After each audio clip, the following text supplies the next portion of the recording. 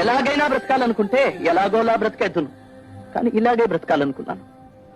అది వీలు పడదు ఈ దేశంలో.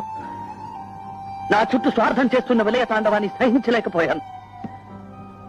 అందుకే ఏ ఉద్యోగంలోనూ నిలబడలేకపోయాను. కానీ ఎన్ని రోజులు నా ఉండగలను చెప్పు. ఆలస్యం అన్నం పెట్టవు. ఆకలి ఊదే నాదస్వరానికి ఆటకు తప్పదు మనిషి.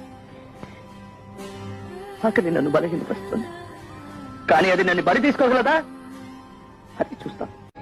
ఎలాగైనా బ్రతకాలనుకుంటే ఎలాగోలా బ్రతికేద్దును, కానీ ఇలాగే బ్రతకాలనుకున్నాను.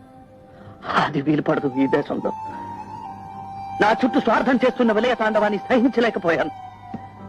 వినాయక చవితి పండగంటే చాలు రాష్ట్రంలోనే కాదు దేశమంతా కూడా అందరూ కలిసి సంతోషంగా జరుపుకునే పండుగ. ఆ రోజు ఎక్కడ లేనన్ని వింత వింత వినాయకుడి విగ్రహాలు ప్రతిష్ఠిస్తారు. ఎంతో భక్తి శ్రద్ధలతో పూజిస్తారు. ఎన్నో రూపాల్లో ఆ గణనాథుణ్ణి మనం చూడొచ్చు. ఇప్పటికే వివిధ రూపాల్లో పలు రాష్ట్రాల్లో పలు ప్రదేశాల్లో దర్శనమిచ్చిన వినాయకుడు ఇప్పుడు మరొక సరికొత్త రూపంలో ముంబైలో దర్శనమిచ్చారు. ఆ వినాయకుడే గోల్డెన్ వినాయకుడు.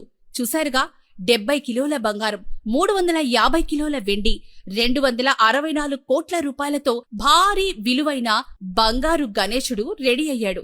ఇక దేశంలోని అత్యంత విలువైన బంగారు వినాయకుడుగా ప్రసిద్ధి చెందాడు. ఇక ఈ భారీ అద్భుతమైన అమూల్యమైన ఈ విలువైన వినాయకుడిని చూడ్డానికి ముంబైకి భారీగానే భక్తులు తరలివస్తున్నారు.